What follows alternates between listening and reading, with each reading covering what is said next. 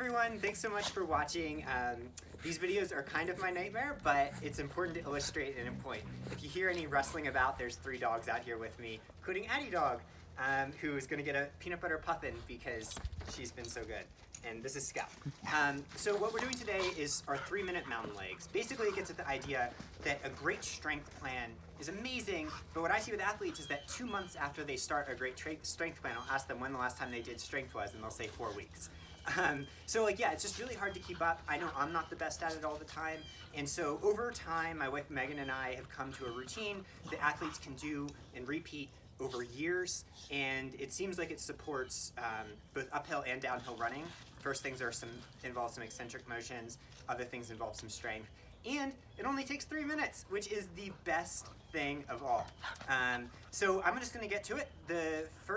We start with rear lunges. So anywhere from 20 to 40 of these might make you really sore at first. So I'm just going to go. I'm going to start the timer to see if I can hold myself accountable to 3 minutes, and go. So the idea here is just do one leg at a time. My other arm is just out to stabilize. If you are more balanced than I am, you might not need that arm, and that's good too. So this is somewhat of an eccentric motion because your quad is engaged at the top and then lengthens under load. So that's great for downhill running. Shockingly, these may make you incredibly sore the next day if you haven't done them, just this short amount of exercise. But that's really good. So I just finished a workout. I like to do this routine 3 to 4 times a week. I'm not great at counting anyway, so I'm around 20 right now. So I will switch to the other leg. The dogs are cheering us on as we go. So yeah, I like to do 20. A lot of the athletes on the team, like I've seen Jason Schlarb and this very area do 50.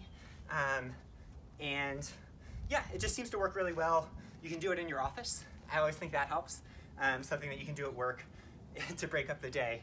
But yeah, basically these routines are just designed to support what you're doing rather than to be a standalone thing that you're trying to get better at. I don't really care if you're good at lunges. What I want you to be good at is running.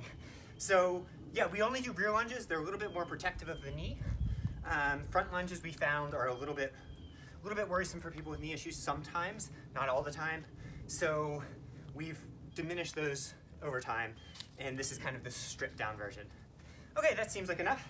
And now the next thing is, this is where the magic happens. These are one-legged step-ups. You probably heard me talk about these before. I've seen a lot of coaches use these over time. Basically what you do is you go up and down on one leg, trying not to bounce at all on that other leg, though it probably looks like I am bouncing. I promise that this leg is getting most of the load. Basically what you'll see is by doing one leg at a time, you're really concentrating the fatigue. So I do 50. I've heard of people doing 100, but I'm not that masochistic. It sounds like it's a great, if I could do 100, it would be great, but it honestly really hurts. The dogs really agree that it hurts. So yeah, you do these. You don't want to bounce too much. You want to keep it as a controlled motion. But what I'm feeling right now is a substantial amount of quad burning. You probably hear my breath getting a little short. So it's a little more strenuous than it looks. And I think it'll make you feel way more comfortable on climbs.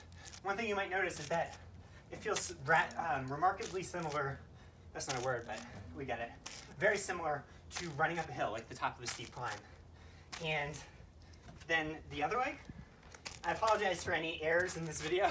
We get one take at this, because if I had to do this twice in a day, I probably wouldn't be able to walk tomorrow. So yeah, the basic gist of the 3-minute mountain legs is that over time, the goal, if you have these really complicated strength routines, you can get much stronger, and those are the best. But depends on the athlete. I can't do that personally. And I've seen that even with pro athletes, sometimes it falls by the wayside. And I'll take 3 minutes, like every 3 or 4 times a week, over 100 minutes for 4 weeks, and then not doing it for 6 months, every day, every time. So yeah, it builds consistency, builds strength, and you might even find that when you go up and run up hills, you're stronger than ever. And at the very least, this video is now over, which might be the best thing of all. So thanks everyone for watching, and I'll have a lot more written about this in the Charron article. So, and also thanks to the videographer Lily, and of course, Addie Dog, who gets a puffin to finish this off. Thanks everyone.